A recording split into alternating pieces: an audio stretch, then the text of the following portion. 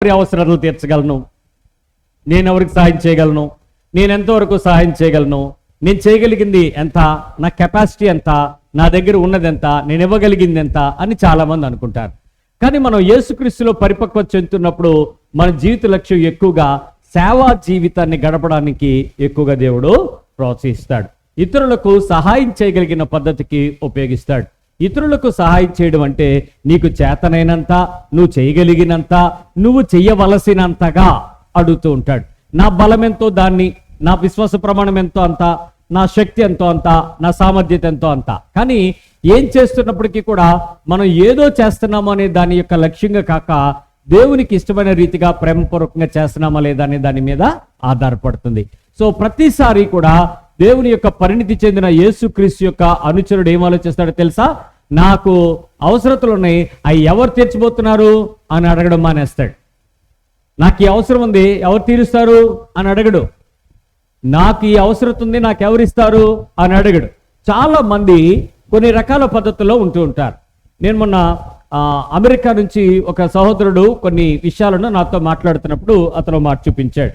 Homeless అనేటువంటి వాళ్ళు ఎక్కువ మంది ఉంటారు. అంటే ఇళ్ళు ఉంటాయి, పుట్టేటప్పుడు ఇళ్లలో పెరుగుతారు, కానీ ఆ పెరిగిన తర్వాత కొంచెం చదువు వచ్చి, ఉద్యోగం చేసి, జ్ఞానం వచ్చి, సంపాదించి అన్ని తర్వాత వాళ్ళకి ఏమనిపిస్తుంది అంటే, ఎవడి ఇంట్లో ఉండమన్నాడు, ఏ ఇంట్లో ఉండిపోవడం, ఏ కరెంటు బిల్లు కట్టుకోవడం, అమ్మకి పని చేయడం, ఇంటికి పని చేయడం, ఎవడి చేస్తాడు ఇవన్నీ, నేను ఇంట్లోంచి బయటికి వెళ్ళిపోతానండి. బయటికి వెళ్ళిపోతారు. వాళ్ళు ఏమవుతారంటే తిరుగుతూ ఉంటారు. వాళ్ళకి నచ్చిన దగ్గరికి వెళ్తారు, అడుక్కుంటారు, డబ్బులు ఎవరైనా ఇస్తే తింటారు, లేకపోతే ఎక్కడో బస్ స్టాండ్లో పడుకుంటారు, బ్రిడ్జిల దగ్గర పడుకుంటారు, కాలువల పక్కన పడుకుంటారు, పార్కుల్లో పడుకుంటారు. ఎక్కడో వాళ్ళని ఏమంటారంటే హోమ్లెస్ అని అంటారు. అలాగని సత్రాల్లోకి వెళ్ళరు, ఎవరైనా ఏమైనా సాయం చేస్తారని వాళ్ళ దగ్గరికి వెళ్ళరు. వాళ్ళు ఎంతసేపు మేము హోమ్లెస్ అని మాత్రం బోర్డు పెట్టి ఒక అట్టపెట్టి రాసుకుని అక్కడ పెట్టుకుని కూర్చొని ఉంటారు. అప్పుడేమవుతుంది, అయ్యో ఇతనికి ఇల్లు లేదని జాలిపడి ఎవరో ఒకరికి సహాయం చేయాలి కదా, అందుకని ఏం చేస్తారు, వాళ్ళకి ఏవో రూపాయి అంటే 10 రూపాయలు పడేస్తూ ఉంటారు. ఆ డబ్బులతో వాళ్ళకి కావాల్సింది కొంతమంది ఫుడ్ ఇస్తారు, కొంతమంది తింటూ ఉంటారు, గడిపేస్తారు. వాళ్ళ జీవితంలో బాధ్యతగా కానీ, ధర్మముగా కానీ, నీతిగా కానీ, అర్హత చొప్పున కానీ, సామర్థ్యత చొప్పున కానీ, బలము చొప్పున కానీ, తలాంతుల చొప్పున కానీ పనిచేయరు.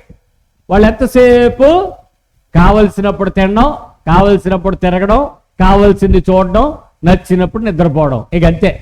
ఇంకా అప్పుడప్పుడు అవసరమైతే బైబిల్, చర్చ అవన్నీ దేవుడికి సంబంధించిన మనుషులు. కానీ ఎప్పుడూ కూడా నాకు ఈ అవసరం ఉంది, నేను హోమ్లెస్ అని బోర్డు పెట్టుకుని ప్లీజ్ హెల్ప్ అని చెప్పి అడుగుతూ ఉంటారు. అంటే వాళ్ళు మాకు అవసరం ఉంది, మాకెవరు తీరుస్తారు అని ఎదురు చూస్తూ ఉంటారు. మనలో చాలా మంది మన ఇంటి దగ్గర కూడా కొంతమంది 2 రకాల మనుషులు మన ఇళ్లలో మనకు కనబడుతూ ఉంటారు. ఒకళ్ళు సహాయం చేయువారు, మరొకళ్ళు సహాయము అడుగువారు. మీరెవరు అడగండి, పక్క వాళ్ళని.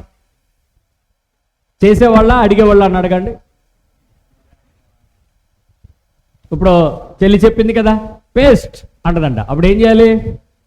పరుగులు ఎత్తుకొని తీసుకొచ్చి చేతిలో పెట్టాలి. పెట్టకపోతే ఏమవుద్ది, రౌండ్ పడిపోద్ది. అంటే అది తీసుకునే రకమా, ఇచ్చే రకమా?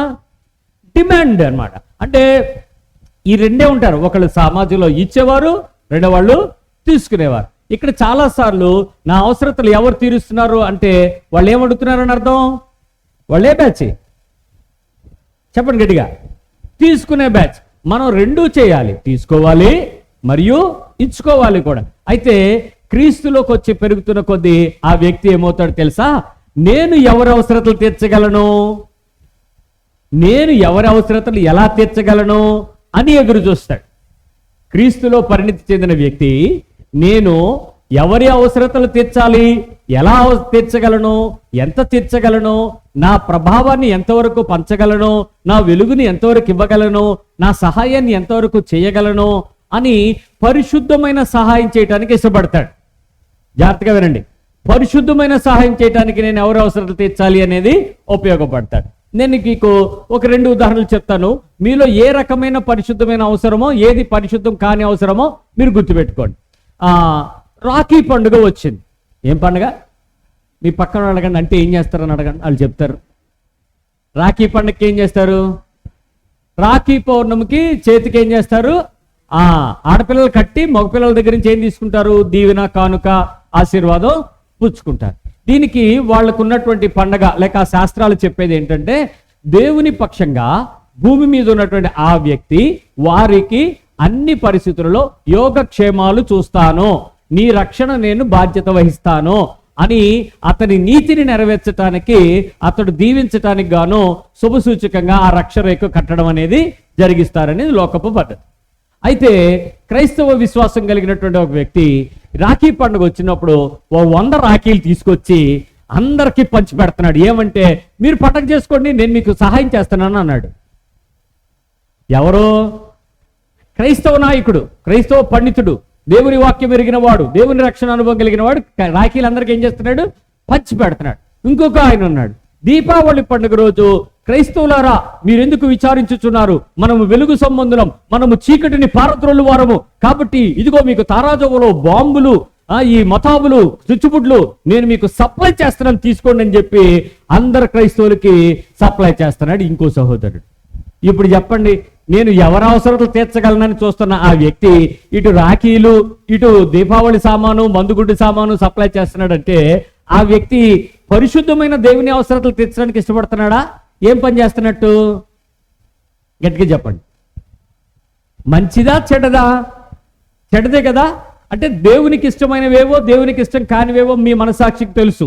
అందుకని మనం చేసే పనులలో పరిణితి చెందినటువంటి యేసుక్రీస్తు యొక్క శిష్యులమైన, అనుచరులమైన, స్నేహితులమైన మనము ఎలాంటిగా దేవుని అవసరతలు పరిశుద్ధంగా తీర్చగలగాలి అనే దాని మీద ధ్యాస ఉంచాలి. అది లేకుండా, స్పృహ లేకుండా ఏదో ఒకటి నాకు ఉన్నదానిలో ఇస్తున్నానని చెప్పి మనం చెడ్డ పనులు చేయటం కుదరదు. మన సహోదరుడు వచ్చి చెప్తున్నాడు, అయ్యగారు మా ఇంట్లో 100 రూపాయలు ఉంది, నేను దాన్ని బీరువాలో పెట్టాను, వారం తర్వాత చూస్తే అది 100 అయ్యిందండి అన్నాడు. ఏమవుద్ది? 100 రోజుల తర్వాత చూసినా, 1000 రోజుల తర్వాత చూసినా ఏమవుద్ది?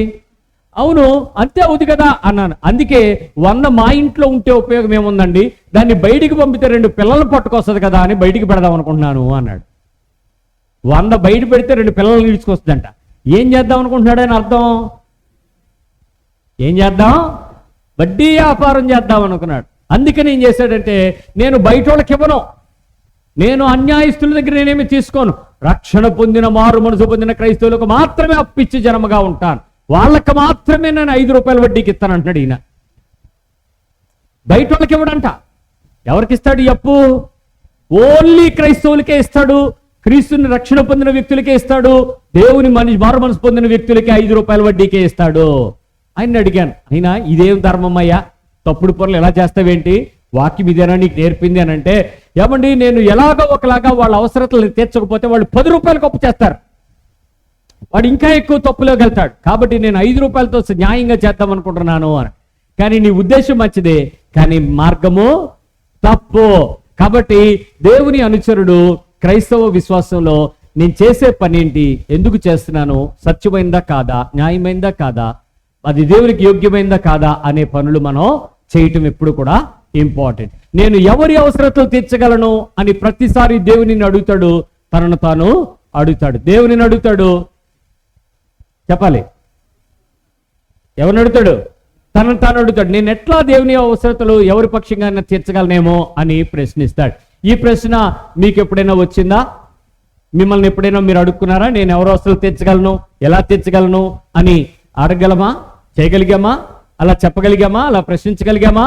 నిజంగా మనం అలా దేవుని అవసరతలు గనక, దేవుని పక్షంగా గనక సహాయపు ధర్మము ద్వారా, పరిచర్య ధర్మము ద్వారా చేయడానికి ఇష్టపడగలిగితే నువ్వు దేవుని రాజ్యాన్ని కడతావు. దుష్టుని రాజ్యాన్ని కాదు, దేవుని రాజ్యాన్ని కడతావు. దేవునికి ఇష్టమైన పనిని చేయడానికి నువ్వు సిద్ధపడి అనేకులకు దీవెనకరంగా మాట్లాడడానికి ఇష్టపడగలుగుతారు.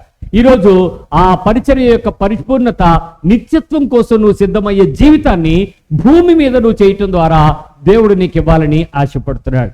ఈ పరిచర్య యొక్క ముఖ్య ఉద్దేశం ఏంటంటే ఎటర్నిటీ, నిత్యత్వము, పరలోకము, సంపూర్ణమైన దేవుని యొక్క సార్వభౌమిక అధికారపు రాజ్యములో మనం స్థానం తెచ్చుకోవటానికి భూమి మీద మనం ఈ పనిని చేయబద్దులమై ఉన్నాం. భూమి మీద మన జీవితం అనంతరం మనం ఎవరి దగ్గరికి వెళ్ళి నిలబడాలి? దేవుని న్యాయపీఠం ఎదుట, ధవళ సింహాసనం ఎదుట, ఆ నీతిమంతుని యొక్క గొర్రెపిల్ల పుస్తకం తెరవబడినప్పుడు ఆ సింహాసనము దగ్గర మనం ఆ న్యాయ పీఠం ఎదుట మనం నిలబడతాం. ఏ రోజు భూమి మీద నువ్వు విడిచిపెడతావో తదుపరి ఏ సమయమైనా, ఏ క్షణమైనా, ఏ పరిస్థితిలోనైనా మనం ఎవరి దగ్గర నిలబడాలి గుర్తుపెట్టుకోండి. దేవుని దగ్గర నిలబడాలి. అందుకే ప్రతి వాడు చేసినటువంటి క్రియలు చొప్పున అవి మంచివైనను సరే చెడ్డవైనను సరే వానికి జీతం ఇచ్చుటకు ఆ అధికారం నా దగ్గర ఉందని యేసుప్రభువు వారు చెప్పారు. కాబట్టి మనం లైఫ్ ఎప్పుడైతే ముగిస్తామో ఎనీ టైం ఆయన జడ్జిమెంట్ ముందు మనం నిలబడాలి. మన జీవితంలో ఇతరులకు ఎంత బాగా సేవ చేశామో ఆయన అక్కడ దానికి విలువ కడతాడు. ఇక్కడ గమనించండి, మీరు చేసే పరిచర్యలు యథార్థమైనటువంటి పరిచర్య ద్వారా న్యాయమైన జీతాన్ని మీరు పొందవచ్చు, పొందకపోవచ్చు. న్యాయమైన జీతం పొందొచ్చు, పొందకపోవచ్చు, అంటే రావచ్చు, రాకపోవచ్చు. కానీ మీరు చేస్తున్నటువంటి పని అంకిత భావంతో దైవుని పక్షంగా యథార్థమైన హృదయంతో మనం చెయ్యకపోతే, ఆ సేవ సరైన పద్ధతిలో చెయ్యకపోతే దేవుని ఎదుట ఆ విలువను మనం కోల్పోవలసి ఉంటుంది. భూమి మీద మీరు ఏ పనైనా చేయండి, దాని వాల్యూ మీరు ఎక్కడ పొందుతారు? పరలోకం. మనుషులు గుర్తించవచ్చు, గుర్తించకపోవచ్చు, మనుషులు సహాయం చేయొచ్చు, చేయకపోవచ్చు, మనుషులు దాన్ని మీకు పొగట్టివ్వచ్చు, ఇవ్వకపోవచ్చు. కానీ దేవుడు ఆ న్యాయ సింహాసనం ఎదుట మీకు వాల్యూ కడతాడు. అంటే మీరు ఇక్కడ ఏమేం పనులు చేస్తున్నారో ఆ పనులన్నీ దేవుని దగ్గరికి ఏమవుతాయి? లెక్కగా రాయపడతాయి. అయితే రోమీయులకు రాసిన పత్రికలో 14వ అధ్యాయము 12వ వచనంలో చెప్తుంది, ప్రతివాడు తనను గూర్చి దేవునికి లెక్క అప్పచెప్పవలసి ఉన్నది. 14వ అధ్యాయం 12వ వచనం 2వ భాగం. మనలో ప్రతివాడు తనను గురించి దేవునికి ఏం చేయాలట? ఇప్పుడు నేను నాకు చెప్పిన పని దేవుడు చెప్పాడు, ఇదిగో ఈ పని చేయన్నాడు.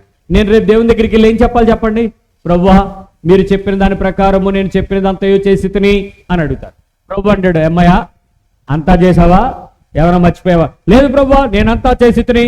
అప్పుడు ప్రభు అడుగుతాడు, మంచి మనసుతో చేసావా? ఏదోలా చేశాను కదా ప్రభువా అన్నాను అనుకో, కుదురుద్దా? కుదరదు. సరి అయిన విధానంలో చేసావా?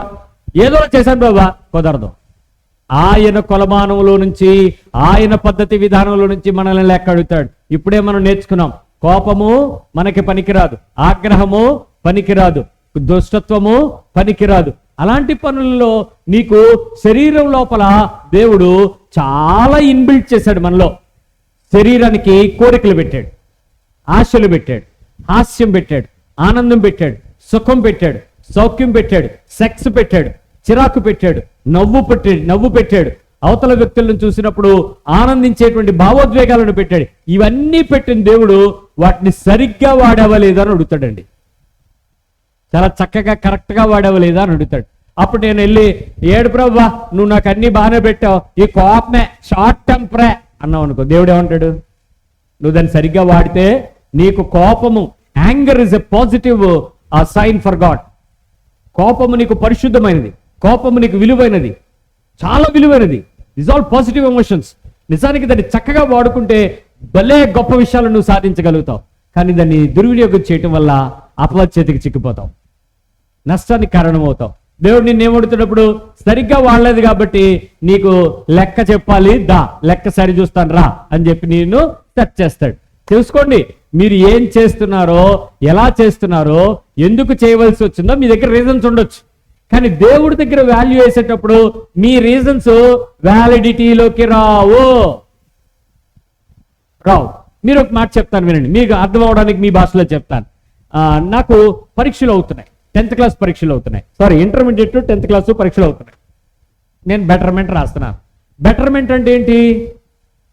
మార్కులు తక్కువ వస్తే మళ్ళీ రాసి ఎక్కువ మార్కులు వచ్చిన వాటిని ఉంచుకుంటాను. అదే కదా నాకు బెటర్మెంట్ అంటే. నేను ఎగ్జామ్ రాయడానికి వెళ్ళాను, ఎగ్జామ్ ఏవో రాశాను, క్వశ్చన్ పేపర్లో ఉన్నవి రాశాను, నాకు వచ్చినవి రాశాను, ఏవో రాశాను. మొత్తాన్ని నేను మార్కుల కోసం వెయిట్ చేస్తున్నాను. నా మార్కులు తక్కువ వచ్చినాయి. అప్పుడు నన్ను ఒక ఆయన అడిగాడు, ఏరా బెటర్మెంట్ అంటే ఎక్కువ రావాలి, తక్కువ ఎందుకు వచ్చినాయిరా అని అడిగితే, ఏమో నేను వెళ్ళండి రాశాను అన్నాడు. అంతే. నువ్వు వెళ్ళి రాస్తే మార్కులు వస్తాయా, బెటర్గా రాస్తే వస్తాయా? మళ్ళీ చెప్పండి. నేను అటెండెన్స్ వేసుకున్నాను కదా, రావాలి కదా. నేను ఎగ్జామ్కి అటెండ్ అయ్యాను కదా, నాకు మార్కులు వేయాలి కదా. వేసారా? వేయచ్చా? ఏదో ఒకటి రాశాను కదా. క్వశ్చన్ పేపర్ పైనుంచి కిందకి, కింద నుంచి పైకి క్వశ్చన్స్ అన్ని ఆన్సర్ చేశాను అన్నాడట పిల్లోడు. వాళ్ళ నాన్న అడిగాడట, అవునరా క్వశ్చన్స్ అన్ని ఆన్సర్ చేస్తే మార్కులు ఎందుకు తక్కువ వచ్చినాయి అంటే, నాన్న ఆన్సర్లు కూడా రాయాలట్రా అన్నాడట. అంటే ఏం రాశాడు వీడు? క్వశ్చన్ పేపర్ రాసి వస్తున్నాడు 2-3 సార్లు, అన్ని రాసాడు క్వశ్చన్ మార్కులు. అలా కాదు కదా. అక్కడ ఏ ప్రశ్న ఉందో ఆ ప్రశ్నకు ఏమడిగారో ఆ పద్ధతిలో ఏమి క్వశ్చన్ ద్వారా చూడాలనుకుంటున్నారో మన జ్ఞాన పాండిత్యాలు, దాన్ని కదా అక్కడ ప్రదర్శించాలి. నీకు ఇవ్వబడిన ప్రతిదీ కూడా ప్రతివాడు లెక్క చెప్పాలి. మీ పక్కవాళ్ళు చెప్పండి, నిన్ను కూడా దేవుడు లెక్క అడుగుతాడని. నువ్వు ఇంట్లో ఏం చేసినా లెక్క చెప్తాడు, లెక్క అడుగుతాడు. ఇంటి బయట ఏం చేసినా లెక్క అడుగుతాడు. ఉద్యోగంలో ఏం చేసినా లెక్కలు ఉన్నాయి. వ్యాపారంలో ఏం చేసినా లెక్కలు ఉన్నాయి.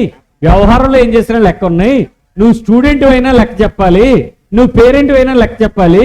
నువ్వేం చేసినా ఆత్మీయమైన పద్ధతులన్నీ లెక్కలో దేవుడు చూసుకుంటాడు. కాబట్టి పద్ధతి ప్రకారం చేయకుండా ఏదో ఒకటి పద్ధతులే అనుకుంటే దేవుడు దానిని అంగీకరించాడు. దాని పర్యవసానం ఏంటో కూడా ఆలోచించండి అర్రా. దాని రిజల్ట్ ఏంటి? ఎక్కడ పడిపోతావు? అగ్ని ఆరదు, పురుగు చావదు. అక్కడ ఏడుపును పండ్లు కొరుకుతా ఉంటాయి. నీకు దాహం తెచ్చుకోవడానికి ఐస్ వాటర్ ఫ్రిడ్జ్ ట్యాప్ ఉండదు. ఇంటికెళ్ళి పడుకుందామంటే ఏసీ కూడా కనబడదు. ఏమండి, ఇప్పుడున్న టెంపరేచర్ ఇంకా మనం 45లోకి రాలే, 42, 43 మధ్యలోనే ఉన్నాం. ఫీల్ లైక్ 53, 50 డిగ్రీల టెంపరేచర్ లాగా ఉడికిపోతున్నాం. రాత్రి కరెంట్ లేకపోతే ఏంటి మన పరిస్థితి? నిన్న కాక మొన్న రాత్రి ఏం జరిగింది? రాత్రి ఎక్కడున్నాం, ఎలాగున్నాం? ఇన్వర్టర్లు అయిపోయినాయా లేదా 1 గంట కల్లా? ఆ తర్వాత మన గోల్ చూడాలి, అసి బిసి అయిపోయి. ఏమండి, ఆఫ్టర్ టెంపరేచరు రాత్రి వెలుతురు లేకుండా చీకటిలో ఉండగానే, కొంచెం వాటి చల్లదనం ఉండగానే కొద్దిపాటి ఒక్కపోతకు అలాగ ఉన్నాం. ఏమండి, ఈ బర్నింగ్ లెక్క ఫైర్లో, అంత ఫర్నెస్లో ఎలా ఉండగలరు? మీ పక్కన అడగండి, బాగుంటుందేమని. అక్కడ చలికాలం ఉండదని చెప్పండి రోయ్. చలికాలం బాగుంటుంది అనుకున్నారు కనుక అది చలిమంటలాగా. అది చలికాలం గంట కాదు, అన్ని కాలాలు వెళ్తే. వేసవకాలం, వర్షాకాలం, ఋతువులే ఉండవు అక్కడ. ఎందుకంటే అక్కడ సూర్యుడు లేడు, అక్కడ దేవుడు దహించగ్నిగా ఉంటాడు. అందుకని మనుషులందరూ వర్ణించాల్సిందే.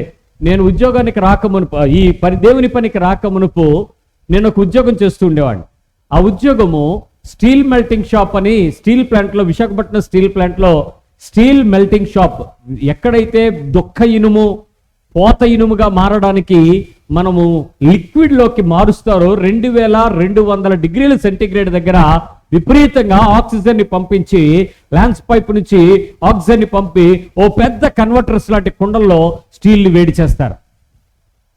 ఆ ఇనుముని వేడి చేసేయాలంటే మనము ఎంత అంటే, ఇంటిలో మనం కుక్కర్లో ఉన్న అన్నం ఉడికిపోవడానికి పేస్ట్ అయిపోతుంది కదా, అలాగ ఒక పెద్ద ఈ చర్చ్ అంతా దీనికన్నా డబుల్ ఉంటుంది కుండ. అంత కుండలో మరి ఒక 40 టన్నులు, 50 టన్నులు, 70 టన్నులు ఇనుమేసి దానిలో రకరకాల ఖనిజ లవణాలు వేసి దాన్ని మంట పెట్టి మండిస్తూ ఉంటారు. నాకు ఆ మంటని నిండిపోయిన తర్వాత ఆ కుండని ఇలా పక్కకి ఉంచి కింద మధ్యలో కన్నం ఉంటుంది. ఇలా వంచినప్పుడు ఆ నీరు లిక్విడ్ స్టీల్ అంతా కిందకు వస్తుందని ట్యాపింగ్ అంటారు. అది అయిపోయిన తర్వాత స్లాగ్ వచ్చేస్తుంది, చెత్త వచ్చేస్తుంది. అది రాక మునుపు దాన్ని తిరగేయాలి. దానికి నాకు సుమారుగా 8 అడుగుల నుంచి 6 అడుగుల మధ్యలో మేము ఆ స్టీల్ క్వాలిటీ చెక్ చేసే ఉద్యోగంలో నేను ఉండేవాడిని. 6 అడుగుల దూరంలో నిప్పుకి, మంటకి 2200 డిగ్రీలు, 1800 నుంచి మంట చేస్తారు. అంత టెంపరేచర్. ఇంచుమించు అక్కడికి వెళ్ళడానికి శరీరం అంతా నిండిపోయేలాగా ఫైర్ రెసిస్టెంట్ కోట్లు వేసుకుని, హెల్మెట్ పెట్టుకుని, గ్లౌజులు వేసుకుని, ఇక్కడ కోబాల్ట్ గ్లాస్ పెట్టుకుని ఇలా దగ్గరగా వెళ్ళి ఇలా చూస్తూ ఉండేవాళ్ళం. ఆ స్టీల్ ఇలా లిక్విడ్ అయిపోయి చెత్త వస్తుంది అనగానే సైక్ చేయగానే కన్వర్టర్ని లిఫ్ట్ చేస్తారు. ఆ పని. ఏమండి, అక్కడికి వెళ్ళే ముందు సరిగ్గా ఫుల్ లీటర్ బాటిల్ నీళ్లు దాగి అక్కడికి వెళ్ళేవాళ్ళం. ఆ హీట్ ఇలా కంప్లీట్ చేసి ట్యాపింగ్ ఇలా లేచి ఇలా బయటకు వచ్చేటికి ఒళ్ళంతా తడిచిపోయి, ఇలాంటి పెద్ద ఇండస్ట్రియల్ ఫ్యాన్లు 2 HP ఫ్యాన్లు ఉంటాయి, 1 HP ఫ్యాన్లు, పెద్ద ఫ్యాన్ దగ్గరికి వెళ్ళి ఇలా నుంచుంటే ఒళ్ళంతా తడిచిపోయి ఉండేది. కోట్లన్నీ, లోపల బట్టలన్నీ తడిచిపోయాడు. మళ్ళీ ఆరబెట్టుకుని 18 నుంచి 40 నిమిషాల మధ్యలో ఎప్పుడైనా మళ్ళీ రెండో హీట్ వచ్చేస్తుంది, మళ్ళీ వెళ్ళాలి. ఇదే పని రోజుకి 9, 10, ఒక్కోసారి 15 కూడా తీసేస్తారు. అలాంటి దగ్గర ఉండేవాళ్ళు. అప్పుడు మాకు అర్థమైంది. ఓ రోజు వాక్యం చదువుతుంటే ఈ నరకం గురించి నేను అప్పుడు చదువుకున్నప్పుడు నాకు అర్థమైంది ఏంటంటే, ఆఫ్టర్ ఆల్ 2200 డిగ్రీల టెంపరేచర్లో 6 అడుగుల దూరంలో నిలబడితే లీటర్ నీళ్లు తాగాల్సి వస్తుంది. అలాంటప్పుడు ఆ ధనవంతుడు, ఒరే నాయనా లాజరు, చిటికెన వేలకి చొక్క నీళ్లు పంపించరా అంటే ఎంత కాస్టో నాకు అప్పుడు అర్థమైంది. ఆ రోజు నుంచి దేవుని వాక్యం చదివిన తర్వాత ఆ నరకాన్ని గుర్తు తెచ్చుకుని నేను చాలా పాపాలు మానేశాను. చాలా తప్పులు మానేశాను, చాలా బలహీనతలు విడుచుకున్నాను, చాలా అక్రమాలు మానేశాను, చాలా మనస్సాక్షిని దిద్దుకోవడం నేర్చుకున్నాను, నా బలహీనతలన్నీ వదులుకోవడం నేర్చుకున్నాను. నా పాపము నా మీదకు రాజ్యం చేసేటప్పుడల్లా ఆ పర్యవసానం నాకు కనపడతా ఉండేది. నేను పనిచేస్తున్న ప్రదేశం నాకు కనపడతా ఉండేది. అమ్మో, ఇలాంటి టెంపరేచర్ దగ్గర నేనుంటే ఏమైపోతానో బాబోయ్ అనిపించేది. ఓ రోజు నేను ఉద్యోగం చేయాల్సిన సమయంలో నా స్నేహితుడు అడిగాడు, అరే నాకు షిఫ్ట్ చేంజ్ కావాలి, నువ్వు సాయంత్రం రా, నేను మధ్యాహ్నం వస్తాను అని అడిగాడు. సరే నువ్వు వెళ్ళు అని చెప్పాను. వాడు వచ్చేసాడు, ఉద్యోగం చేస్తున్నాడు. నేను మధ్యాహ్నం రావాల్సిన షిఫ్ట్ నేను రాత్రి వచ్చాను 10 o'clockకి. అయితే ఆ ఉద్యోగానికి నేను వెళ్తుండేటప్పుడు నేను వెళ్తున్న నా ఆఫీస్, నా వర్క్ స్పాట్ ఏదైతే ఉందో అదంతా మారిపోయింది. ఏంటి ఇలా కొత్తగా ఉంది, ఏంటి నేను ఉద్యోగం ప్రజెంట్ మారిపోయానా అని వెతుక్కుంటూ అలా వెళ్ళేటటువంటి కాళ్ళకి ఇంత ముద్దలు తగులుతున్నాయి. నాకు అప్పుడు అర్థమైంది, ఏదో ప్రమాదం జరిగింది. ఏమైంది, నా మిత్రుడు ఏమయ్యాడు, నా కొలీగ్ ఏమయ్యాడు, నా స్టాఫ్ ఏమయ్యారు అని పరుగులు ఎత్తుకుంటూ నేను అక్కడికి వెళ్తూ ఉంటే పోలీసు వాళ్ళు, సెక్యూరిటీ వాళ్ళు అందరూ కూడా అక్కడ ఆపేశారు. ఆగండి, మీరు వెళ్ళొద్దని. ఏమైంది అని అంటే, నేను డ్యూటీలో జాయిన్ అయ్యాలి, ఇదిగో నేను ఇప్పుడు షిఫ్ట్ అని అంటే, సారీ సార్ యాక్సిడెంట్ అయ్యింది. ఏం జరిగిందని నేను గబగబా పరిగెత్తుకెళ్ళేటోడికి ఆ ఫర్నేస్ లో అది ఆక్సిజన్ ని పంపించేటువంటి ఒక గొట్టంలో నుంచి చల్లబరచడానికి నీళ్లు కూడా వస్తూ ఉంటాయి. అక్కడ నీళ్లు ఆవిరైపోతాయి, ఆ స్టీల్ మాత్రం గాలికి ఆక్సిజన్ కి మండుతూ ఉంటుంది. ఒక్కోసారి ఆ స్టీల్లో ఆ పైప్ బిగిసిపోయి అది బయటికి రాక గట్టిగా లాగితే తెగిపోద్ది. అప్పుడు ఏమవుతాయి, నీరు దానిలో పడిపోద్ది. ఆ లిక్విడ్ బర్నింగ్ ఫర్నెస్ లోకి నీళ్లు పడితే ఏమవుతాయో తెలుసా, బర్నింగ్ ఫ్లేమ్ వచ్చి ఒక్కసారి ఫైర్ వచ్చి బాంబులాగా పేలిపోతాయి. ఆక్సిజన్ హైడ్రోజన్ పరమాణువులు విడిపోయి బాంబులాగా పగిలిపోతాయి. ఆ పగిలిపోయిన సమయంలో అక్కడ ఉన్న నా ఉద్యోగం ఏదైతే మేము చేస్తున్నామో 6 అడుగుల దూరంలో ఉన్నటువంటి ఆ స్నేహితుడు, నా కొలీగ్, అతని యొక్క శరీరంలోకి ఒక ఈ స్టీల్ ముద్ద గట్టిగా కొట్టుకుని ఇలా వెళ్ళిపోయింది. అతని పొట్టలో నుంచి, ఊపిరితిత్తుల్లో నుంచి కొట్టుకుని వెళ్ళిపోయింది. ఆ వేడి ఆ శరీరం నుంచి వెళ్ళిపోయిన తర్వాత మనిషి అంతా బాగానే ఉన్నాడు, ఈ మధ్యలో అంతా కన్నం పడిపోయింది. ఎంత ముద్దెళ్ళిందో తెలియదు, స్పాట్లో చనిపోయాడు. అతని శరీరం అక్కడ పడుంది, నన్ను వెళ్ళనివ్వట్లేదు. నేను చెప్పాను, నేను ఇప్పుడు ఇన్ఛార్జిని, ఏం జరిగిందో నేను రిపోర్ట్ రాయాలి, నా స్నేహితుడు అక్కడ ఉన్నాడు అని అంటే అప్పుడు పంపించారు. తీరా వెళ్ళి చూసేటోడికి యాక్చువల్గా డెత్ ఎవరిది, ఆ రోజు ఉద్యోగం ఎవరిది, నాది. నాకు బదులు నా స్నేహితుడు ప్రాణం పట్టాడు. ఆ రోజు అతను షిఫ్ట్ చేంజ్ ఎందుకు అడిగాడో తెలియదు, నేను చచ్చిపోవాలి, కానీ ఆ రోజు నన్ను రక్షించాడు నా దేవుడు. నా స్నేహితుడు నాకు బదులు మరణించాడు. ఆ వేడి అక్కడి నుంచి వెళ్ళి అది తీసుకెళ్లిపోయింది. అతను చనిపోయాడు, సంతోషం. కానీ ఇక్కడ చనిపోవడానికి అవకాశం లేదే నరకంలో. నువ్వు పురుగు చావదే, అలాంటిది ఎంత వేదనగా ఉంటావు. కారణం ఏంటో తెలుసా, నీకు చెప్పమన్న పని, నీకు చెప్పబడిన పని, నీకు ఇవ్వబడిన పని, నీవు చేయవలసిన పనిని సమర్థవంతంగా, శక్తివంతంగా, దేవుని నీతి ప్రకారం, ఖచ్చితమైన పద్ధతిలో, దేవుని విలువలో నువ్వు చెయ్యకపోతే దేవుడు దాన్ని ఏం చేస్తాడు, విలువ ప్రమాణం లెక్కగట్టి నీకు ఇవ్వాల్సిన జీతం నీ ఒడిలో వేసి పెడతాడు. అప్పుడు ఒడిలో నిప్పులు పడితే కాలకుండా ఉంటాయా? నిప్పులు ఒడిలో వేస్తే కాలకుండా ఉంటాయా? ఖచ్చితంగా కాలుతాయి. నీ జీవితం అంతా వేదనతోనే ముగించబడుతుంది. ఇతరులకు సేవ చేయటంలో మనం పెట్టినటువంటి పెట్టుబడితో పోల్చుకున్నప్పుడు 2 సార్లు దేవుడు చూస్తాడు. ఏంటి, మన కోసం మనం ఎంత సమయం, శక్తిని వెచ్చించాం, ఇతరుల కోసం మనం ఎంత పెట్టుబడి పెట్టాం, ఈ 2 బ్యాలెన్స్ చేస్తాడు. Money versus time. లేకపోతే నా కోసం నేను, అలాగే ఇతరుల కోసం నేను. నిజం చెప్పండి, అమ్మా నాన్న మన కోసం కష్టపడుతున్నారా, లేక మనం అమ్మా నాన్న కోసం కష్టపడుతున్నామా? ఈ వయసులో చెప్పండి పిల్లలందరూ, ఈ వయసులో పిల్లలందరూ చెప్పండి. మనందరూ ఎవరి కోసం కష్టపడుతున్నాము? తల్లిదండ్రులు మన కోసం కష్టపడుతున్నారా లేదా? వాళ్ళు మన కోసం పెట్టుబడి పెడుతున్నారా? మనమేమైనా వాళ్ళ కోసం పెడుతున్నామా? వాళ్ళే మన కోసం. ఇప్పుడు వాళ్ళు మన కోసం పెట్టేటప్పుడు స్వార్థం ఉంటుందా? అమ్మ ఎప్పుడైనా మా అమ్మాయికి గుడ్డు పెట్టను, నేను తినేస్తానని ఎప్పుడైనా తింటదా? ఏ రోజైనా తింటదా? ఏ రోజైనా తల్లి తండ్రి ఎంతో కష్టపడి విపరీతంగా ఎండల్లో ఇబ్బందులు పడి వాళ్ళ పిల్లల కోసం కదండి, వాళ్ళ కుటుంబం కోసం కదండి. నేను ఇదిగో ఆ గోడ పడిపోయింది, పగలు పనిచేస్తున్నారు, మధ్యాహ్నం ఉదయం 5:30కు 6 గంటల లోపు వచ్చి 2 గంటల వరకు పనిచేస్తున్నారు. ఆ 2 గంటల వరకు వాళ్ళు పనిచేస్తున్నప్పుడు వాళ్ళని చూస్తుంటే నాకు అనిపిస్తుంది, వాళ్ళు ఎంత కష్టపడుతున్నారంటే ఆ ఎండకి ఆ ఊపిరి ఆడకపోయినా మంచినీళ్లు తాగుతూనే అలాగే కొద్దిపాటి తిని అక్కడ ఆ ఎండలో అలాగే పనిచేసుకుంటూ వెళ్ళిపోతున్నారు. నాకు అప్పుడు అర్థమైంది, ఎవరి కోసం వీళ్ళు ఇంత కష్టపడుతున్నారు అని అంటే, వాడేమన్నా డబ్బులు సంపాదించి అమెరికా తిరిగి వద్దామనే? మరి దేనికి? కులు మనాలి వెళ్ళి కాసేపు కులుకొద్దామనే? మరి దేనికి? ఒరిస్సా వెళ్ళి జలఫలాల్లోకి వెళ్ళి కాసేపు ఊగిసి తడుచుకుని వద్దామనే? మరి ఎందుకు ఆ డబ్బులు? కుటుంబం, తన భార్య, తన పిల్లలు, తన పరిస్థితులు, తల్లిదండ్రులు నిస్వార్థంగా ఇతరులు అయిన మన కోసం పెట్టుబడి పెడతారు. మరి మనం పెరిగిన తర్వాత, మనము జ్ఞానవంతులమైన తర్వాత, మనం సంపాదన పరులమైన తర్వాత, మన రెక్కలకు శక్తి సామర్థ్యాలు సంపాదించే స్థితి దేవుడిచ్చిన తర్వాత, మరి మనం వారికి ఏం చేస్తాం చెప్పండి? వాళ్ళ పెన్షన్ కూడా మనమే లాక్కుని, వాళ్ళని మెట్ల కింద పడుకోబెట్టి, మందులు కొనివ్వక, మర్యాదలు చూడక, సహాయం చేయలేక, ఇసుక్కొని, చిరాకు పడి, తృణీకరించి, ముసలోడివి, నీకు జబ్బు ఉంది, నువ్వు మంచోడు కాదు, నువ్వు సొలుగుతావు, నువ్వు ఇలాంటోడివి, అలాంటి దానివా? వాళ్ళు ఈరోజు సమర్పించుకోకపోతే మనం చదువుకునే వాళ్ళమా? మనకి రూపం వచ్చున్నా, మనకి జ్ఞానం వచ్చున్నా, మనకి ఈరోజు సంపాదించుకునే స్థితి, స్థాయి, సామర్థ్యతలు వచ్చున్నా? అందుకే కదా దేవుడు ఏమంటాడు? నువ్వు దీర్ఘాయుష్యు కలిగి నువ్వు జీవితకాలం ఆనందించాలంటే నీ తల్లిని తండ్రిని ఏం చేయాలి? ఇప్పుడు మనం మన కుటుంబం గురించి ఆలోచించాం, ఇతరుల గురించి ఆలోచించండి, బయట ఆలోచించండి.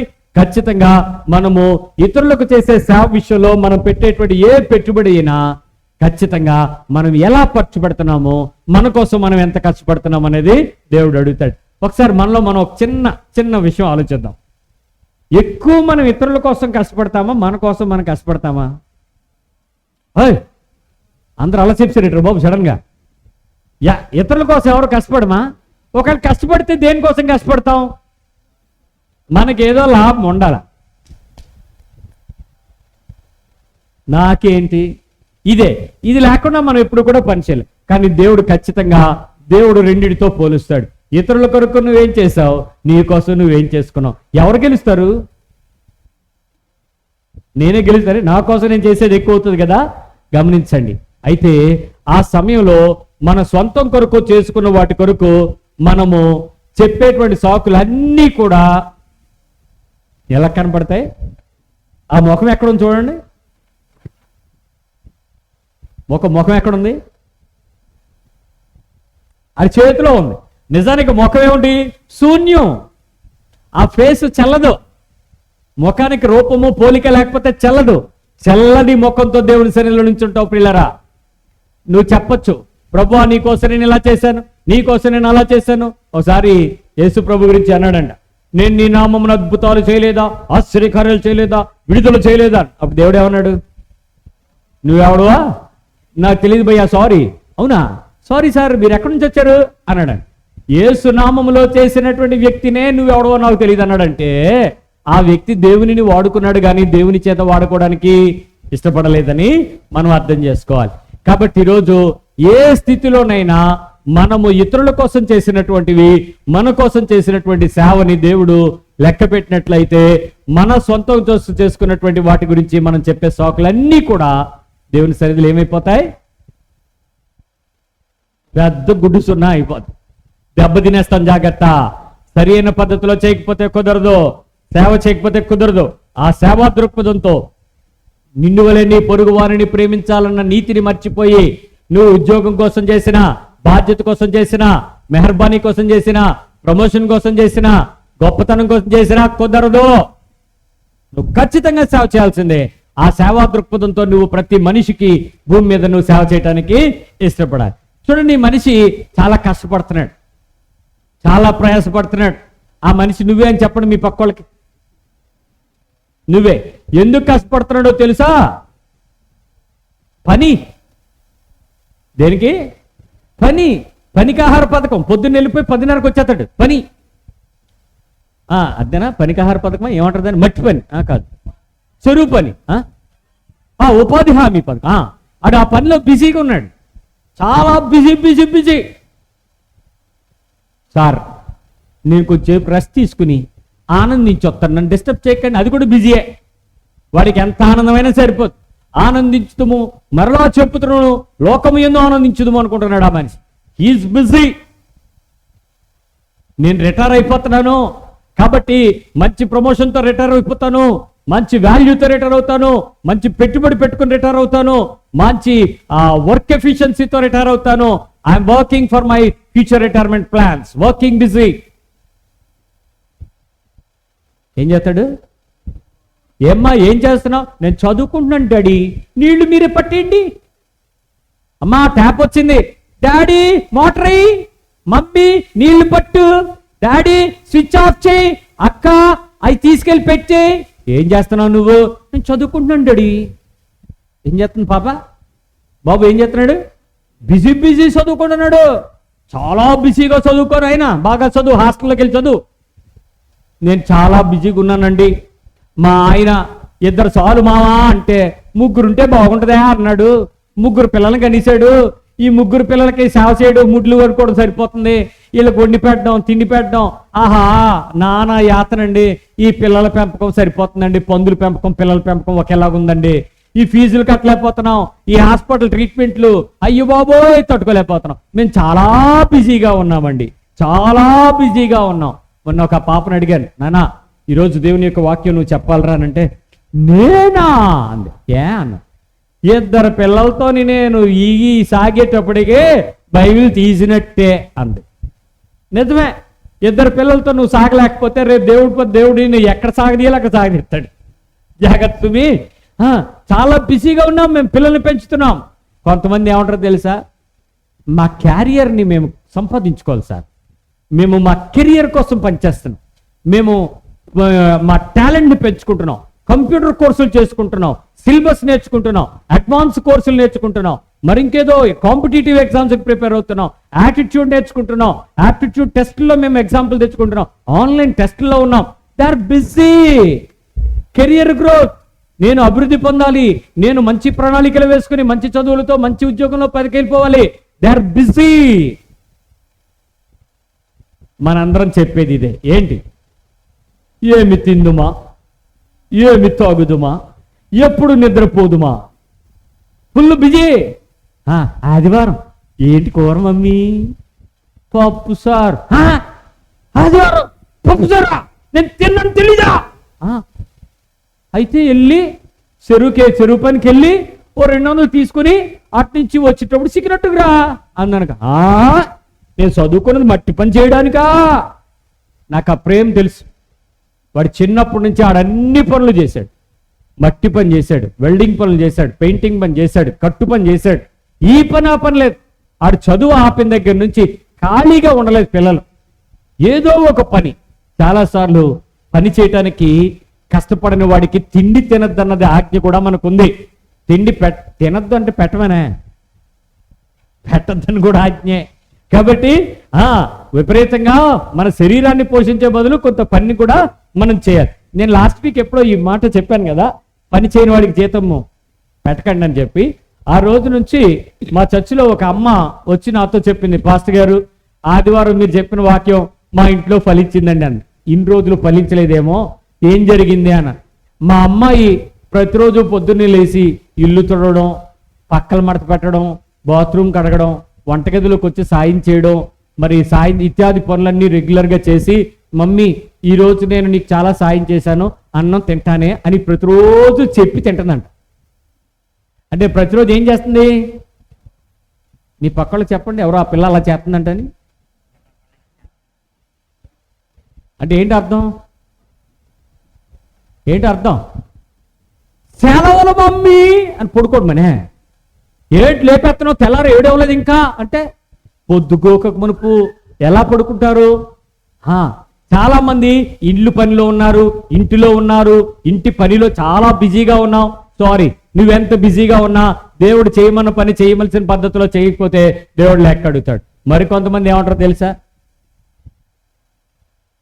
సేవలో బిజీగా ఉండరు వీళ్ళు, సేవకుని పనిలో బిజీగా ఉంటారు. మా అయ్యగారి గురించి ఆలోచించడం, అయ్యగారి సహాయం చేయడం, అయ్యగారి సేవలో కాళ్ళు నొక్కడం, ధన్యులుగా ఫీల్ అయిపోతూ ఉంటారు.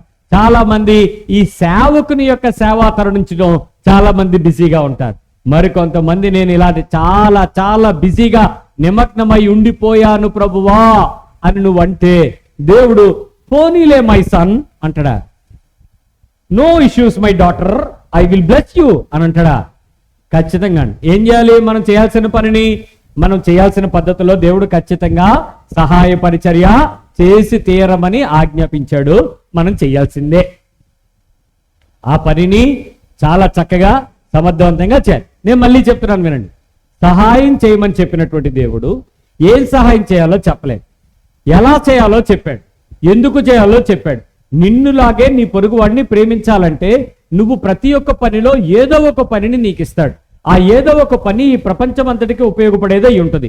ఒక వ్యక్తి మీద ఒక వ్యక్తి ఆధారపడతాడు, ఒక వ్యక్తితో ఒక వ్యక్తి అనుసంధించబడతాడు, ఒక వ్యక్తి వలన ఒక వ్యక్తి పోషించబడతాడు. అవయవాలు వేరయుండి ఎముకలన్నీ అతకబడినట్లు ఒక క్రీస్తు శరీరానికి సంఘము సభ్యులుగా తయారు చేయబడతాం. అందులో క్రైస్తవ సంఘం ఇంకా ఎక్కువ ఉపయోగపడుతుంది.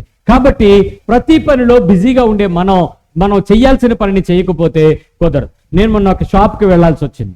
ఆ షాప్కి వెళ్తే ఆ పిల్లవాడు కూర్చుని పబ్జీ ఏదో గేమ్ ఆడుతున్నాడు. చెవులో ఇయర్ ఫోన్స్ ఉన్నాయి, పట్టుకున్నాడు. రాయ్ లెఫ్ట్ సైడ్ నుంచి వచ్చేస్తున్నాడు, కొట్టిరా అంటున్నాడు. నేనేం లెఫ్ట్ సైడ్ నుంచి చూస్తే ఎవడు లేడు. నేను బాబు ఎవరు అన్నా. రాయ్ రైట్ సైడ్ నుంచి వచ్చేస్తున్నాడు సార్. నేను నాయనా నీతో మాట్లాడుతున్నానంటే నేను బిజీగా ఉన్నాను అన్నాడు. షాప్లో ఉన్నావు కదా, బిజీ అంటే ఏంటి? నేను ఆడుతున్నాను. అదే నువ్వు షాప్లో లేవా అమ్మవా అని అంటే ఏం కావాలి అన్నాడు. అసలు నా మాట వింటలేదు, నాకు సర్వీస్ చేయట్లేదు, నాకు కావాల్సిన పనిని నాకు ఇవ్వడానికి ఒప్పుకోవట్లేదు, నాకేం ఫ్రీగా ఇవ్వడు, నేను డబ్బులు ఇచ్చి కొనుక్కోవాలి. కానీ నా మాట వింటలేదు. ఎంతసేపు ఆడు గేమ్ దృష్టిలో ఉన్నాడు. 10 నిమిషాలు చూశాను. చూసి అన్నాను ఆ రాడ్ ఇలా అందుకో అన్నాను. ఓ రాడ్ ఇచ్చాడు. ఆ షట్టర్ తగిలించి లాగేశాను కిందకి. సర్ర సగం దిగిపోయింది. షాప్ మూసేత్రం ఏంటి అన్నాడు. నువ్వు లోపల ఆడుకో, బయట ఎందుకు తలుపు తీసుంటే నేను అలాంటి వాడు వస్తాడు, ముంచే అన్నాడు. షాప్ మూయకండి అన్నాడు. మరి నువ్వెందుకు లోపల ఏం చేస్తున్నావు అంటే రే ఉండరా కస్టమర్ వచ్చాడు అని ఫోన్ అక్కడ పెట్టి ఏం కావాలండి అన్నాడు. ముందు నువ్వు ఆటైనా ఆడుకోవడానికి ఇంటికి వెళ్ళిపో, పనైనా చేయడానికి షాప్లో మెలుకుగా ఉండు. నువ్వు వ్యాపారం చేయడానికి ఇక్కడ వచ్చి ఆ పనులు చేస్తావేంటి? మీ అమ్మ నాన్నగారికి తెలిస్తే ఏమవుతుంది అని అడిగితే వాళ్ళకి తెలుసు నేను ఇంట్లో ఉంటానంటేనే ఇక్కడ తీసుకొచ్చారు, వాళ్ళకి ఇలాగే అవ్వాలంటున్నాడు. 4 ఏళ్ళు వెళ్తున్నప్పుడు ఇలాంటి మాటలే వస్తాయి. సరే ఆడికి బుద్ధి చెప్దామని కాసేపు మాట్లాడి గట్టిగా చివాట్లు పెట్టి ఆ ఫోన్తో కాదరా నీ బతుకు, షాప్లో ఏమున్నాయో, కస్టమర్ వస్తున్నాడు, ఏం కావాలో, ఎలా వ్యాపారం చేయాలో, ఓ వస్తువు అమ్మితే రూపాయి మిగులుద్ది, ఆ రూపాయిని బట్టి నీ జీవితం నడవాలి, పనివాడి జీతం నడవాలి, అద్దెలు నడవాలి, పోషణ నడవాలి, ఏమనుకుంటున్నావురా అని కొంచెం సేపు బోధ చేశారు. బోధ చేస్తే సారీ సార్ నేను కస్టమర్ వచ్చినప్పుడు ఆడలేండి సార్ అంటున్నాడు. ఒత్తప్పుడు ఆడతాడండి. ఎంతసేపు ఆ బలహీనత అలా ఉంటుంది. మళ్ళీ ఒక అరగంట సేపు క్లాస్ పీకితే ఆ కింద షాప్ బయట ఓ ముసలాన్ని నుంచుని ఉన్నాడు. అప్పుడు వచ్చి అతను ఎవరో నాకు తెలియదు. నేను చెప్పాల్సినంత చెప్పేశాను, అన్ని వినేశాడు. నేను షాప్ మళ్ళీ షట్టర్ పైకి ఎత్తా రాడ్ అక్కడ పెట్టి నాకు కావాల్సిన వస్తువులను కొని బిల్లు లెక్కేసి వాడికి డబ్బులు ఇచ్చేశాను. తీసుకుని వచ్చేస్తుంటే ఆయన నాని చూసి సార్ నమస్కారం సార్. ఎవరు సార్ మీరు అని. నేను వాళ్ళ బాబునండి అన్నాడు. కొడుకు షాప్లో ఉన్నాడు, వాళ్ళ నాన్న. ఎంత మొత్తుకుంటున్నాను సార్, మీరెవరో కానీ ఆడికి మంచి పాఠం చెప్పారు. షాప్ సగం మూసినప్పుడు నేను బయటకు వచ్చాను, వీడికి అయ్యింది రౌండ్ అనుకున్నాను, భలే గేశారు సార్, మొత్తాన్ని కర్రదో పాము సావదో భలే వాయించారు సార్ ఆడికి అన్నాడు. నాయన నేను ఎంత కష్టపడినా ఆడి బుద్ధి వస్తే చాలరా, ఆడు ప్రేమగా ఆ పరిచర్యం చేసి వాడి సంపాదన వాడు సంపాదించుకుంటే వాడికి లాభము దొరుకుద్ది, సేవ తీర్చినట్టు అవుతాడు, 2 పనులు కృప కదా అని చెప్తే ఆయన అన్నాడు చాలా సంతోషం సార్, నా కొడుకు బుద్ధి చెప్పి ఒక్క మాట దొరికింది ఈరోజు, చాలా ఆనందం. అంటే ఆ కొడుకు బయటకు వచ్చి అంటాడు నాన్న ఈ నీకు తెలిసేటి అని అడిగాడు. నాతో మాట్లాడుతున్నాడు కదా నాన్న. తెలియదురా అన్నానంటే క్లాస్ పీకిసాడు నాన్న. నా గురించి వాడు చెప్తున్నాడు క్లాస్ పీకిసాడు నాన్న అని అంటే బుద్ధి రాలేదురా యదవా, అంత చక్కగా చెప్పాడు ఆయన, నేను నీ పక్కనే ఉన్నానంటే ఉన్నావా మరి వచ్చేచ్చు కదా, అనవసరం నన్ను పీకిసాడు క్లాస్ అని. బుద్ధి వచ్చినట్ట రానట్ట, చర్చికి వచ్చి నీకు వచ్చినట్ట రానట్ట, వాక్యం వింటారు నీకు వచ్చినట్ట రానట్ట. మా చర్చిలో పిల్లకి వచ్చింది, ఈ చర్చిలో పిల్లలకు వచ్చిందా లేదా? ఏ పని చేస్తున్నారో చూసుకోండి. సేవా పరిచర్యలో చేయకపోతే దేవుడు ఖచ్చితంగా లెక్క అడుగుతాడు. నువ్వు ఎంత బిజీగా ఉన్నా ఏం చేస్తున్నా దేవుడు పట్టించుకోడు. అన్ని సాకులకు దేవుడు ప్రతిస్పందిస్తాడు. దాన్ని ఏమంటాడు చెప్పండి? తప్పు. దాని సమాధానం తప్పు. నువ్వేం చెప్పినా తప్పే, నువ్వెన్ని చెప్పినా తప్పే. దానికి దేవుడిచ్చే ప్రతిస్పందన మాత్రం రాంగ్, కుదరదని చెప్తాడు. యేసు ప్రభు నిన్ను ఒక మాట అడుగుతాడు, అదేంటో తెలుసా? నేను నిన్ను సృష్టించాను, రక్షించాను, పిలిచాను, సేవా జీవితాన్ని గడపని ఆజ్ఞాపించాను, మీకు ఏ భాగం అర్థం కాలేదు అని అడుగుతాడు. ఏ పార్ట్ నీకు అర్థం కాలేదు? నిన్ను సృష్టించాడు, నిన్ను రక్షించాడు, నిన్ను పిలిచాడు, నీ సేవా జీవితాన్ని గడపమని నీకు ఆజ్ఞలు ఇచ్చాడు. కాబట్టి ఇప్పుడు నీకు ఏ పార్ట్ అర్థం కాలేదు? నువ్వు సేవాభాగం చేయకుండా ఇష్టానుసారంగా జీవించడానికి నీకు అధికారం ఎక్కడిది? నీకు నచ్చినట్టుగా జీవించడానికి నీకు ఎలాంటి అధికారం ఉంది? నీ డబ్బే, నీ ఫుడ్డే, నీ పొలమే, నీ ఇల్లే, నీ శరీరమే. కానీ ఆ శరీరం దేవుని చేత సృష్టించబడింది, దేవుని కొరకు తయారు చేయబడింది, దేవుని వలన లోకంలో ఉంది, దేవుని పరిశుద్ధమైన పనికి ఉపయోగపడాలి. దాన్ని తప్పుగా ఉపయోగించడానికి లేదు, దుర్వినియోగం చేయడానికి లేదు, పాపానికి చేయడానికి లేదు, లోకానుసారము చేయడానికి వీలు లేదు. ఎక్కడైనా నీ సంతోషం పరిపూర్ణమగినట్లు ఏమైనా చేసేస్తారంటే దానికి కూడా కుదరదు. కాబట్టి దైవికమైన ప్రతి పనిని దేవుడు చాలా ఖచ్చితమైన పద్ధతిలో లెక్క అడుగుతాడు. రోమపత్రిక 2వ అధ్యాయం 8వ వచనం చెప్తుంది, చూడండి. అయితే భేదములు పుట్టించి సత్యమునకు లోబడక దుర్నీతికి లోబడి వారి మీదకి దేవుని ఉగ్రతయు రౌద్రమును వచ్చును. ఆయన కోపము మరియు ఆగ్రహము తన కోసం జీవించే వారి మీద ఏం చేస్తాడు? ఇస్తాడా ఇవ్వడా? ఇందాక కోపం గురించి మాట్లాడుకున్నాం. మనకు ఎంత కోపం ఉంటే దేవునికి ఎంత ఉండాలి? ఓ యబా, నీకే ఇంతుంటే నీ సృష్టికర్తకి ఎంత ఉంటుంది? ఇప్పుడు దేవుడు ఏమన్నాడు? ఆయన తన కోపాన్ని ఆగ్రహాన్ని తన కోసం జీవించని వారి మీదకి ఏం చేస్తాడు? ఖచ్చితంగా తన జీవించని వ్యక్తులపై ఆయన తన ఆగ్రహాన్ని క్రొమ్మరిస్తాడు. అయితే దేవుడే గనక తన ఆగ్రహాన్ని కోపాన్ని గనక మన మీద కొమ్మరిస్తే ఏమవుదో తెలుసా? క్రైస్తవులకు ఆయన శాశ్వతమైన బహుమానాన్ని కోల్పోయేలాగా చేసేస్తాడు. ఎవర్లాస్టింగ్ గిఫ్ట్, నిత్యత్వం కోల్పోతాం, బహుమతి కోల్పోతాం, దీవెన కోల్పోతాం, అర్హత కోల్పోతాం, కృప కోల్పోతాం. ఏ పని అయితే దేవుని చేత గనక మనము మన మీదకు ఉగ్రతను గనక, ఆగ్రహాన్ని గనక, కోపాన్ని గనక ఆయన రవిల్చాడా, మనిషి తాళుకోలేడు. ఆయన చేతిలో పడేటో గొప్ప భయంకరమైన బైబిల్ చెప్తుంది. చాలా ప్రాబ్లం అయిపోద్ది. కాబట్టి తమాషాగా ఇష్టానుసారము నీకు నచ్చినట్టు పర్వాలేదన్నట్లు ఏమీ మార్పు లేకుండా ఇష్టానుసారంగా నీ ప్రవర్తనను గనక వెళ్ళిపోతే చాలా ప్రమాదం. ఒక మాట చెప్పండి, మీ ప్రవర్తన బయటికి మంచోళ్ళో కాదో ఎలా తెలుసుద్ది? ఒక చెట్టు మంచిదో కాదో ఎలా తెలుసుద్ది? ఆకుల చెట్టు వాసన ఎలాంటిది? ఫలాలు. నేను ఒక నిమ్మ చెట్టు మాకు ఆ పొలంలో ఉంది. నేను ఇంచుమించు పరిచర్యకు వచ్చిన 4వ సంవత్సరం 5వ సంవత్సరం పాతాను. అది ఇప్పుడు వరకు అది నాకు 10 ఇంతలు ఎదిగింది, కానీ అది కాయలేదు, పువ్వు లేదు అస్సలు. నేను చాలా మందికి చూపించాను, సార్ ఇది ఏం చెట్టు అంటే ఒక ఆయన బత్తాయి అనేవాడు, ఒక ఆయన నిమ్మ అనేవాడు, ఒక ఆయన నారింజ అనేవాడు. ఏదో ఒకటి కాయటప్పుడు తెలుసుద్దిలే అనేవాడు. ఒక రోజు 2 రోజులా చూసి చూసి చూసి అది ఎంతకే కాయలేదు. తోట యజమానిగా నాకేం వస్తుంది? దీవెన వస్తుందా, కోపం వస్తుందా? పనికిరాకి కాయకపోతే. సీరియస్గా ఒక రోజు వెళ్ళాను, దాన్ని చూశాను, మంచి వర్షం పడుతుంది. ఇంక నువ్వు కాయకపోతే నెక్స్ట్ ఇయర్ నువ్వు ఉండవా అన్నాను. ఎవరికి? చెట్టుకే చెప్పాను ఉండవు అని చెప్పి. కత్తి ఒకటి తీసుకురండి రా అన్నాను. అప్పుడు మా చిన్న మహేష్ బాబు ఆస్థాన గాయకుడు పొలం కాపలా కాసేవాడు. కత్తి పట్టారంటే ఎందుకని అన్నాడు. దీన్ని 4 దెబ్బలేస్తారా, నా కోపం చల్లట్లేదు, ఇది అసలు కాయట్లేదు, గొడ్డు మొద్ది ఇంత లోన్ పెరిగిపోయింది అన్నంటే నరికేస్తారా అన్నాడు. నరకను, గంటలెట్టు వదిలేస్తాను. కత్తి తీసుకుని 4 గంటలు పెట్టానండి, నా కోపం చల్లారలేదు. కాయిపోతే ఏం చేయను? వేసానండి. ఒకవేళ అలా దేవుడు ఎప్పుడైనా మీ మీద చిన్న జల్లిస్తే నాలాగా ఏమవుతారు చెప్పండి? బతకగలమా? జీవించగలమా? ఎంత భయంకరంగా దేవుని చేతిలో పడితే గొప్ప భయంకరమని బైబిల్ చెప్తుంది. సో వదిలేశానండి. ఆ నెక్స్ట్ వీక్ ఇప్పుడు మన తోటంతటికి మందు కొట్టడానికి వచ్చిన మనుషులు చక్కగా తోటంతటికి మందు కొట్టారు. ఒక 6 నెలల్లో 2 నెలలు అనుకుంటా. తర్వాత నేను తోటలోకి వెళ్ళాను. వెళ్ళేటప్పటికి కొమ్ము కొమ్ము కొమ్ము కొమ్ము సువాసన వచ్చేస్తుంది. ఏంట్రా అని అలా తోట దగ్గరికి వెళ్ళాను. ఏ చెట్టునైతే నేను గంటలు ఎట్టానో ఆ చెట్టు పువ్వు ఫుల్గా పూత పూసి నిమ్మ వాసన భలే ఉందండి. నిమ్మ పువ్వు వాసన భలేగా ఉంటుంది. ఆహా, దీన్ని నెక్స్ట్ ఇయర్ లేపేస్తాను ఇంటికి, కానీ దీనికి బుద్ధి రాలేదు. 4 గంటలు ఎడితే కానీ బుద్ధి రాలేదు. ఇప్పుడు ఏం కాయలు కాదో చూడాలి అనుకుని స్తుతించి దేవుని మహింపరిచి వచ్చాను. ఆఫ్టర్ ఆల్ ఈ తోటను కాసే ఒక మాలికి యజమానిగా నాకే కోపం ఉన్నప్పుడు నాకు ఆ కోపానికి ఆ చెట్టుని శిక్షించాలని అనిపించింది. ఆయన తోటలో ఉన్నటువంటి ఫలములను ఫలించే చెట్లుగా ఉండాల్సిన మనం సరి అయిన ఫలాలు ఫలించక కారు ద్రాక్షలు కాస్తే మనల్ని ఉంచుతాడా? అడవి ఒలీవ స్వభావపు ఫలాలను ఫలిస్తే మనల్ని ఉంచుతాడా? చేదు ఫలాలను ఫలిస్తే ఉపయోగపడగలమా? ఎంత భయంకరం అది. కాబట్టి మనల్ని శాశ్వతమైన బహుమతి నుంచి దేవుడు దూరం అయ్యేలా చేస్తాడు. జాగ్రత్త.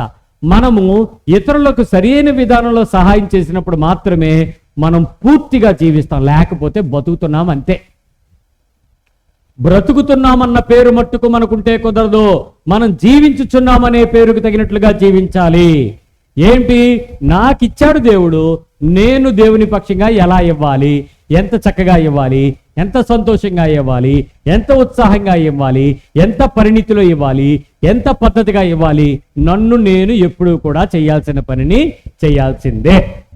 నేను మీకు తెలుసో లేదో, ఈ దేవుని యొక్క సేవకు రాకమునుపు నేను ఒక మార్కెటింగ్ మేనేజర్, అశోక్ లేలాండ్ కంపెనీలో నేను మార్కెటింగ్ మేనేజర్గా పనిచేసేవాడిని. మేనేజర్గా చేసేటప్పుడు నా కింద చాలా మంది వర్కర్స్, ఈ సేల్స్ పీపుల్ పనిచేసేవారు. నేను కూడా సేల్స్ చేస్తూ ఉండేవాడిని. ఈ సేల్స్ చేయడానికి వెళ్ళేటప్పుడు చాలా మంది కంప్లైంట్ చేసేవాళ్ళు ఏంటంటే, సరిగ్గా రెస్పాండ్ అవ్వరు, సరిగ్గా చెప్పరు, సరిగ్గా మాట్లాడరు, సరిగ్గా సమాధానాలు ఇవ్వరు, సరిగ్గా వారి టెక్నికల్ క్వరీస్ని ఆన్సర్స్ ఇవ్వరు అనే కంప్లైంట్ ఉండేది. నేనేం చెప్పేవాడిని అంటే, వెళ్ళి మీకేం డౌట్లు ఉన్నాయో అడగండి, మీకేం ప్రాబ్లం ఉన్నాయో అడగండి, మీకు ఎప్పుడు కావాలని అడగండి, రౌండ్ ద క్లాక్ నన్ను డిస్టర్బ్ చేయండి, కానీ మీ డౌట్ క్లారిఫై అయ్యేంత వరకు నేను మిమ్మల్ని ఎడ్యుకేట్ చేస్తాను, నన్ను భరించండి అని చెప్పేవాడు. ఒక ఆయన ఎవరు చెప్పినా కొనని ఒక కస్టమర్ ఉండేవాడు. కొనడు, అందరినీ పిలుస్తాడు, రోజు మీటింగ్ పెడతాడు, భోజనం చేసి వెళ్ళిపోండి అంటాడు. కొనేవాడు కాదు. నేను కొత్తగా వెళ్ళిన వెంటనే అందరు అన్నారు, వీడి దగ్గరికి నువ్వు కొనగలిగితే, అమ్మించగలిగితే నువ్వు గ్రేట్ రా అన్నాడు. ఛాలెంజ్ అన్నాం. వెళ్ళాను. సార్ మీరు ఈ ప్రోడక్ట్ ఎప్పుడు కొంటారు, ఎప్పుడు కొందాం అనుకుంటున్నారు అంటే, నాకు నచ్చినప్పుడు అన్నాడు. సమాధానం అలాగే ఉండేవన్నీ. మీకు ఎప్పుడు నచ్చుద్దో నాకు తెలియదు, కానీ మీకు నచ్చేంత వరకు మీ ఎంట పడతానని అన్నాను. నెమ్మదిగా ఆయన దగ్గరికి వెళ్ళి, సార్ మా కంపెనీ తాలూకా వస్తువు ఇలా ఉపయోగపడదు అని ఎక్స్ప్లెయిన్ చేయడం ప్రారంభించేవాడు. ఓ 2 నెలల పాటు మానక విడువక పట్టుదలగా ఆ కస్టమర్ని చేశాను. ఓ రోజు ఆయన నన్ను పిలిచి 20 మందిని పిలిచాడండి. నా ముందు అమ్ముతున్న బ్రాండ్లన్నీ పెట్టేసి సార్ ఈ 20 మంది కలిపి నన్ను ఒప్పించండి, అప్పుడు కొంటానన్నాడు. ఎలా ఒప్పిస్తామండి? సరే సార్ అని చెప్పి నేనేమన్నానంటే, ముందు మీ అందరూ చెప్పేయండి రా అన్నాను. అందరూ చెప్పారు. లాస్ట్ నేనేమన్నానంటే, సార్ వీళ్ళందరూ చెప్పినట్లుగా నా ప్రోడక్ట్ ఉంటుందని నేను చెప్పను, కానీ మీకు ఏ ప్రాబ్లం వచ్చినా నేను బతికున్నంత కాలం మీ దగ్గర ఉంటానని చెప్పాను.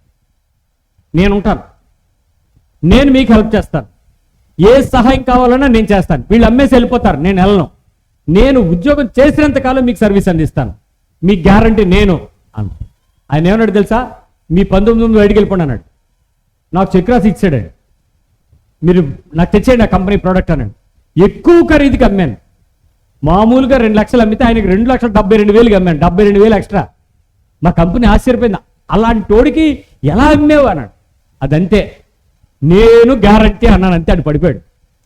ఆ తర్వాత ఆయన అడిగాడు, ప్రాబ్లం వచ్చింది, నేను అమ్మిన తర్వాత ప్రోడక్ట్ కంప్లైంట్ వచ్చింది, కానీ ఎప్పుడు నా సర్వీస్ విత్హెల్డ్ చేయాల. నేను వెళ్ళి అటెండ్ అయ్యి సర్వీస్ టెక్నీషియన్ పక్కన పెట్టుకుని అతనికి ఎప్పుడు కావాలన్నప్పుడు నా సర్వీసెస్ ఇచ్చాను. అతను అన్నాడు, అందుకే సార్ మీరు సర్వీస్ కరెక్ట్గా ఉంటే మేము ఎంత ఖరీదైనా పెట్టి కొనగలం అన్నాడు. ఈరోజు నీ సర్వీస్ కరెక్ట్గా ఉంటే నీ సర్వీస్ ఇంజనీర్ అయిన యేసు ప్రభు తేలిక పద్ధతులు అనేకులు వెంబడిస్తారు. మన క్రమము సరిగా లేక, మన ప్రేమ సరిగా లేక, మన పరిచర్యలు సరిగా లేక, మన విధానాలు సరిగా లేక, మన మనస్సు సరిగా లేక, మన మాట సరిగా లేక, మన ఫలములు సరిగా లేక, మనము సరైన విధానంలో చేయలేకపోవడం వలన పూర్తిగా జీవించలేకపోతున్నాం, ఏదో బతుకుతున్నాం అంతే. ఈరోజు నువ్వు దేవుని యొక్క ప్రతినిధివి, నువ్వు దేవుని యొక్క పనిముట్టివి, దేవుని యొక్క సాధకానికి, దేవుని యొక్క ఫలమువి, దేవుని యొక్క రాజ్య వ్యాప్తికి ఉపయోగపడే రాయబారివి. నువ్వు క్రీస్తు సంబంధివి. నువ్వే ప్రదేశంలో ఉన్నా నువ్వు ఆ పరిచర్య పరిపూర్ణమైన ప్రేమకు తగినట్లుగా ఇచ్చుకోవలసిందే, చెయ్యవలసిందే, సహాయపడవలసిందే. ఎంతో నీతిగా, ఆనందంగా నువ్వు ఉపయోగపడాల్సిందే. నువ్వు ఏం చేస్తున్నా దేవునికి ఇష్టమైన రీతిగా చేయకపోతే దేవుడు ఆనందించడు, దేవుడు ఊరుకోడు. దేవుడు ప్రతిసారి ప్రయత్నిస్తాడు చూసుకొని జీవితంలో. అందుకే నువ్వు ఎలా ఇస్తావో తిరిగి దేవుడు నీకు అదే కొలతతో తిరిగి ఇస్తాడు. మీరు అణిచి, కుదిలించి, దిగజార్చి ఇచ్చారనుకోండి, దేవుడు మళ్ళీ మీకే ఇస్తాడు, అలాగే ఇస్తాడు. ఎక్కువ ఇవ్వాలనుకుంటారా తక్కువ ఇవ్వాలనుకుంటారా? మా అమ్మగారు ఒకసారి కందిపప్పు ఒక ఆవిడ ఇస్తే నేను వెళ్ళి తెచ్చాను కందిపప్పు. ఆవిడ తల నింపుగా ఇచ్చింది మా గ్లాస్కి. నేను తిరిగి ఇచ్చేటప్పుడు తల నింపుగానే ఇవ్వాలి కదా, ఇంతనా తల కొట్టేసి ఇస్తారా? ఏ కొలత ఆ కొలతే కదా. నేనేం చేశాను తెలివిగా వేసానండి. వేసి ఇలా ఇదిలిస్తే ఏమవుద్ది, కొంచెం ఖాళీ ఏమవుద్ది, సర్దుకుంటుంది. అందుకని నేను సర్దుకోకుండా వేసానండి జాగ్రత్తగా. ఎక్కువ వెళ్తుందా తక్కువ వెళ్తుందా? నేను పట్టుకెళ్ళి జాగ్రత్తగా వెళ్తున్నాను. వంటగదిలో నుంచి 2 గదులు దాటి బయటికి వెళ్ళి ఇవ్వాలి. ఈ లోపు ఏమైంది తెలుసా, మన వయ్యారపు నడక్కి అది కాస్త దిగిపోయి కిందకి వెళ్ళిపోయా. కిందకి వెళ్ళిపోయా. నేను అక్కడికి వెళ్ళేటోడు చూశాను, దీపన ఏమనుకుంటుంది అనుకుంటే, బాబు నువ్వే కదా తీసుకోవడానికి వచ్చావు అని అడిగింది ఆవిడ. అవునా ఆంటీ అని. నేను నీకు ఎలాగిచ్చాను అని అడిగింది ఆవిడ. ఆంటీ మీరు నింపుగా ఇచ్చారని, మరి నువ్వు ఇలా తెచ్చావేంటి అని అడిగింది ఆవిడ. మళ్ళీ తెస్తాను నన్ను మళ్ళీ వెళ్ళాను. మళ్ళీ వంపేసి మళ్ళీ తేలిగ్గా వేశాను. అండిస్తే ఏమవుద్ది, ఎక్కువ పట్టేద్ది. అందుకే మళ్ళీ అలాగే పట్టుకుని ఇంకా జాగ్రత్తగా అడుగులో అడుగు వేసుకుంటూ వచ్చాను. ఎంత అడుగులో అడుగు వేసుకున్నా కందిపప్పు దీపే. మళ్ళీ అలాగే వెళ్ళింది. మళ్ళీ ఆవిడ దగ్గరికి అంత దూరం వెళ్ళగానే చూస్తే సగం అయిపోయింది. ఆమె లాభం లేదని వచ్చేసి ఈసారి అలా కాదని శుభ్రంగా ఇదిలించి లోపల వరకు కూర్చి ఫుల్లుగా వేసి పట్టుకెళ్ళాను. అప్పుడు నేను ఎలా నడిచినా అలాగే ఉంది ఆ కందిపప్పు. దిగలే. తీసుకెళ్ళి ఆంటీ ఇదిగోండి మీరు ఇచ్చినట్టు ఇచ్చాను కందిపప్పు అంటే, బాగుంది ఇలా అలాగే బాబు ఇచ్చే అని చెప్పి ఆవిడ పట్టుకెళ్ళింది. ఆ మనస్సులో ఉండిపోయింది నాకు. నేను చేయాల్సిన పని సరిగా చేస్తే 2 సార్లు వెనక్కి వెళ్ళాల్సిన అవసరం ఉండదు. ఆవిడతో మాట్లాడించుకోవాల్సిన పని ఉండదు. నేను తప్పు చేశాననే మనసు చింతించే బాధ నాకు ఉండదు. కానీ ఎందుకు ఇలా జరిగింది నా మైండ్లో? తప్పు చేశాను, నేను తప్పు చేశాను. ఈ తప్పు చేయటం అనేది నేను జీవించకుండా ఉండడం అన్నది సమానం. నేను పూర్తిగా జీవించట్లేదు, యథార్థంగా చేయటలేదు, సంపూర్ణంగా చేయటలేదు, మోసం చేశాను, అర్ధభాగం చేశాను, హృదయంలో కల్తీ ఉంది. ఏ పనైనా చేస్తే పూర్తిగా చేస్తారా సగం చేస్తారా? మీ పక్కన అడగండి. మనస్ఫూర్తిగా చేస్తారా? శక్తి వంచన లేకుండా చేస్తారా?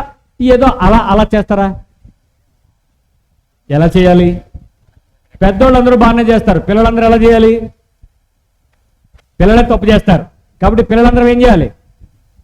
ఎలా చేయాలి? మనస్ఫూర్తిగా చేయాలి. అప్పుడే నువ్వు జీవిస్తున్నావు అని దేవుడు అంటాడు.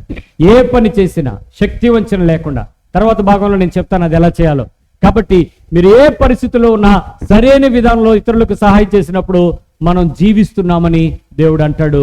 అలా జీవించే విధానంలో మనం బ్రతకాలని దేవుడు కోరుకుంటాడు. కాబట్టి ఆ కోరుకున్న విధానంలో మనం చేయటానికి, ఇతరులకు సహాయం చేయటానికి ప్రయత్నం చేద్దామా? ప్రార్థన చేద్దాం.